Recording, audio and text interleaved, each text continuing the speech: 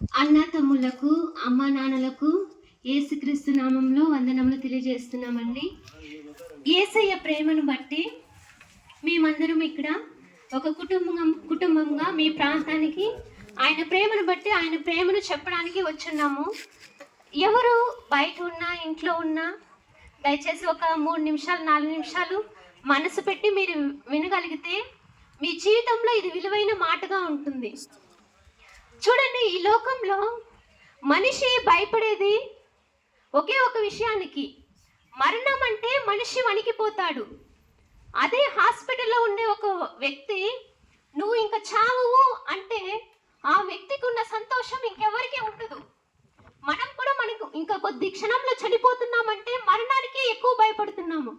ఈ లోకంలో ఉండే సమస్త 800 కోట్ల మంది ఎందుకు భయపడుతున్నారంటే మరణానికే భయపడుతున్నారు.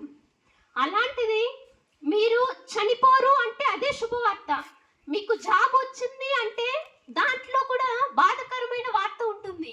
మీకు ఉద్యోగం వస్తే దాంట్లో కూడా దుఃఖకరమైన వార్త ఉంది. కానీ మీరు ఎప్పటికీ చనిపోరు అంటే అదే సువార్త. ఆ సువార్తని ఈరోజు మీ ప్రాంతానికి మేము తెలియజేయడానికి వచ్చినాము. దయచేసి ఆలకించండి నా దైవజయమ. యేసయ్య, నేను మీకు ఒకరి గురించి పరిచయం చేయాలి. ఆయన ఎవరంటే సమస్తమును సృష్టించిన ఏకైక దేవుడు ఆయనే, నజరేయుడైన యేసయ్య. ఆయన మన సృష్టికర్త. ఆకాశమును, భూమిని, సూర్యచంద్ర నక్షత్రములను మనం చూసే ప్రతిదీ సృష్టించి మనిషిని మాత్రము తన సొంత చేతులతో నిర్మించుకున్నారు. ఆయనే యేసుక్రీస్తు. ఆయన గురించి మీకు చెప్పడానికే వచ్చినాము. ఆయన నమ్ముకుంటే మీకు ఏం వస్తుంది, మీకు ఏం ప్రయోజనం పొందుకుంటారు, ఆయన వల్ల ఆయన మన కోసం ఏం చేశారు, ఆయన నమ్ముకుంటే మీకు ఏం ప్రయోజనాలు వస్తుందని చెప్పడానికే మేము ఇక్కడికి వచ్చినాము. చూడండి, ఎన్నో వేల సంవత్సరాల క్రితము యేసయ్య ఈ భూమి మీద పుట్టి సాక్షాత్తు మనిషిగా దేవుడే ఈ లోకంలోకి పుట్టి 33.5 సంవత్సరాలు ఈ లోకంలో పరిశుద్ధంగా బ్రతికి మీరు నేను ఈ లోకంలో ఇక పుట్టబోయే ప్రతి మనిషి కొరకు ఆయన తన ప్రాణం పెట్టారు. ఎందుకంటే మనిషి ఈ లోకంలో పాప స్వభావంతోనే పుడుతున్నాడు, హృదయంలో పాపంతోనే పుడుతున్నాడు. పాపానికి వచ్చు జీతము మరణము. మనం ఈ రోజు ఇక్కడ కళ్ళు మూస్తే మనం ఎక్కడ కళ్ళు తెరుస్తామో ఒకసారి దయచేసి ఆలోచించండి. మనము చనిపోయిన తర్వాత 2 ప్రదేశాలు నిరంతరము ఉంటుంది. 1 నరకము, 2 మోక్షము, అదే పరలోకము. ఇప్పుడు మన పాపంతోనే మనం చనిపోతే ఇక్కడ కళ్ళు మూస్తే వెంటనే మనం వెళ్ళి నరకంలో కళ్ళు తెరవాల్సిందే. నరకంలో యుగాలు కోట్ల సంవత్సరాలు కింద నుంచి పై వరకు అగ్ని కాల్తూనే ఉంటుంది మన మీద. ఒకసారి ఒక వ్యక్తి యేసయ్యని నమ్ముకోకుండా నరకానికి వెళ్ళిపోతే బయటికి రాలేరు. అక్కడ వెళ్ళి యేసయ్య నిన్ను నమ్ముకున్నానంటే అది వ్యక్తము, అక్కడ కాపాడలేరు. మన ఒంట్లో ప్రాణం ఉండగానే ఈ క్షణం, నేడే అనుకూల సమయము, నేడే రక్షణ దినము, ఈ సమయం మనకు ఒంట్లో ఊపిరి ఉండగానే మీరు యేసయ్యని నమ్ముకోవాలి.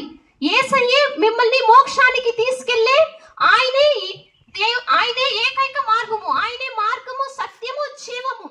ఆయన ద్వారా తప్పించి మనం కంటికి కనిపించే మరి దేని ద్వారానూ మనము పరలోకముకు వెళ్ళలేము.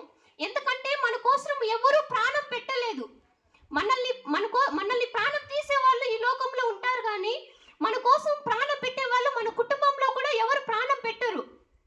అలాంటిది మీరు నేను పాపంతో పుట్టాము, పాపంలో జన్మిస్తున్నాము, పాపంలో మన ఆత్మ నలిగిపోతుంది, మనం చనిపోతున్నాము అని నరకానికి వెళ్తున్నామనేసి మనల్ని విడిపించడానికి సాక్షాత్ దేవుడే ఈ లోకంలోకి పుట్టారు. ఆయన లాంటి దేవుడు ఈ లోకంలో ఇంకెవరూ లేరు. ఆయన జీవం కలిగిన దేవుడు, ప్రాణం కలిగిన దేవుడు, ఎప్పుడు మనల్ని మన మొర ఆలకించే దేవుడు, మన కన్నీటిని తుడిచే దేవుడు. ఎక్కడున్నా మీరు పిలిస్తే పలికే దేవుడు ఆయన. ఆయన నమ్ముకోండి మా. ఇంకేమి ఆయన మీ ఆస్తులు అంతస్తులు ఏమి అడుగురు. నా కోసం నడిచిరా, నా కోసం అది చెయ్యి అని ఆయన అడుగురు. ఆయనకి మీ హృదయంలో చోటిస్తే చాలు.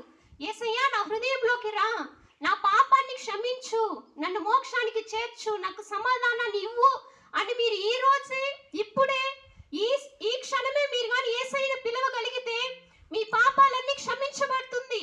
ఇదే శుభవార్త. పాపాలని క్షమించడానికి ఈ లోకంలో ఎవరికి అధికారం లేదు. పరిశుద్ధుడైన